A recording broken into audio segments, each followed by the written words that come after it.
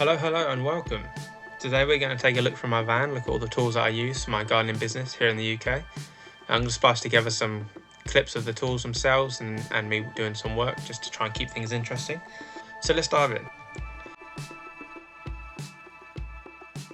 We'll start with my combi. Now I use the combi for my strimmer and my hedge cutter, the long arm hedge cutter. Everything's fully electric in the van, and I'm also a bit of a Stihl fanboy, as you might be able to tell.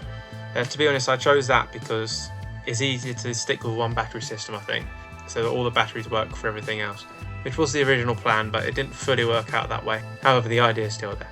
This is a Stihl KMA 135R. I have a short review of it if you want to go check that out. But yeah, it's great, it does the job. It's nice that you can take it all apart and then it stores nice and small and fits away nicely. The only issue is this hedge cutter is blunt as anything, so I don't use it very often.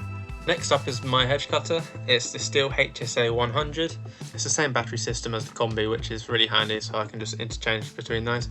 This one is brand new, so it's sharp as anything and it's fantastic. I've not had any issues. I will be doing a review of this one shortly, so stay tuned for that. It's a really solid machine, and yeah, even though it is electric, it gets through anything. Next is my little blower. It sounds like a hairdryer. It's probably about as powerful as a hairdryer. It works for what I need it for. One day I might end up needing something a bit more powerful, but for now it does the job. Just a handy little hairdryer. And then onto the mower. This is fantastic. Again, I got a review of this one.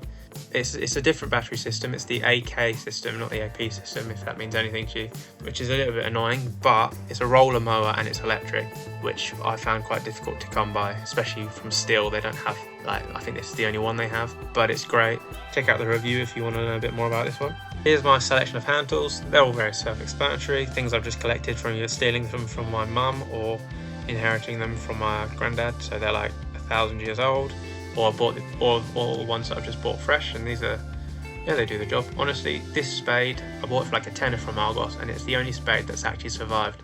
I buy spades all the time, and they always break. I don't know if I'm just don't use them right, or what. I don't know how you can use a spade wrong, but either way, I just end up snapping spades like no one's business, which is ridiculous. But this one, for a tenner from Argos, is actually amazing, and it's holding in there. And yeah, these secateurs, best secateurs I've ever used. But again, these were probably more expensive than all the other tools put together. So here's a handy ladder. It's great, it's ladder, it does the job, folds small, fits away nicely. Here's my bucket and random bits, nothing too crazy here. And the final thing that I would definitely recommend to anyone who works outside or anyway, baby wipes. I have a collection of these in my van, and they're very handy, especially when you're about to eat lunch or something. It's nice to be able to wash up your hands. Baby wipes are great.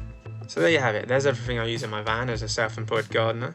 Right now, I don't think there's anything I need that I don't yet have. Yeah, as a fully electric business, I had no issues with that so far.